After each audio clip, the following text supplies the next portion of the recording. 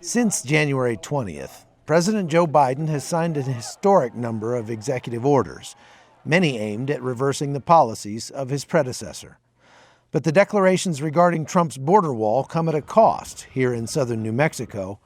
More than 5,000 construction jobs gone with the stroke of Joe Biden's pen, as fully funded government contracts to build this wall were told to stop work immediately.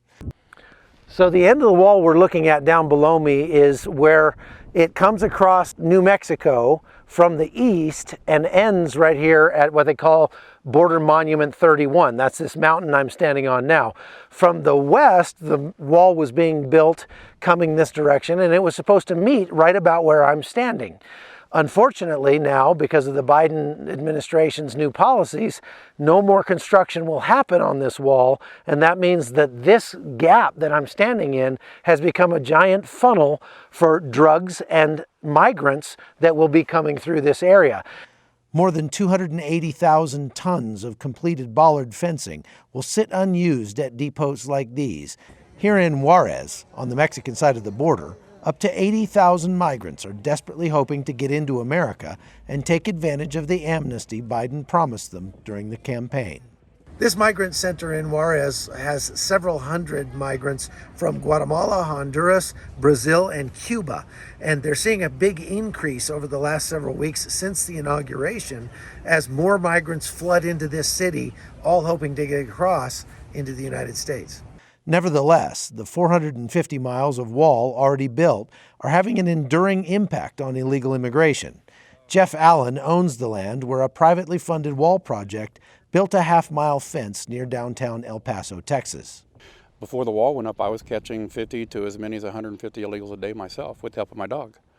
Nobody was ever hurt, but since the walls went up until recently, I was seeing, a handful a week.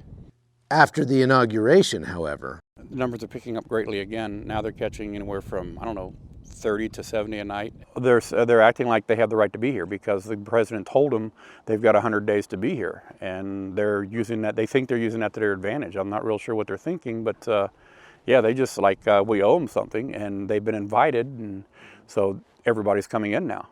And the ones that are coming over, they're not just giving up. They're aggressively resisting.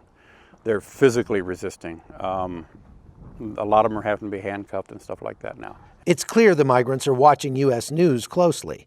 The thousands who have been staying in Juarez under Trump's Remain in Mexico policy are now hoping to get into the U.S. quickly to take advantage of what they see as Joe Biden's promise of amnesty.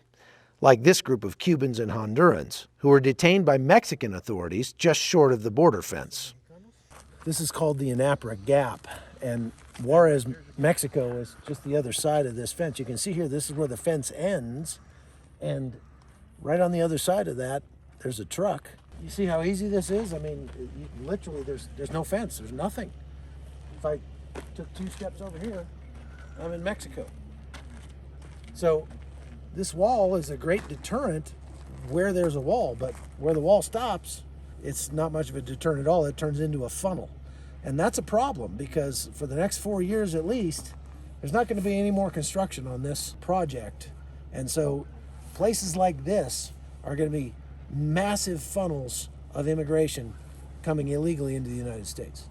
The result? Border Patrol agents say a more dangerous border and a busy year ahead for the U.S. immigration system.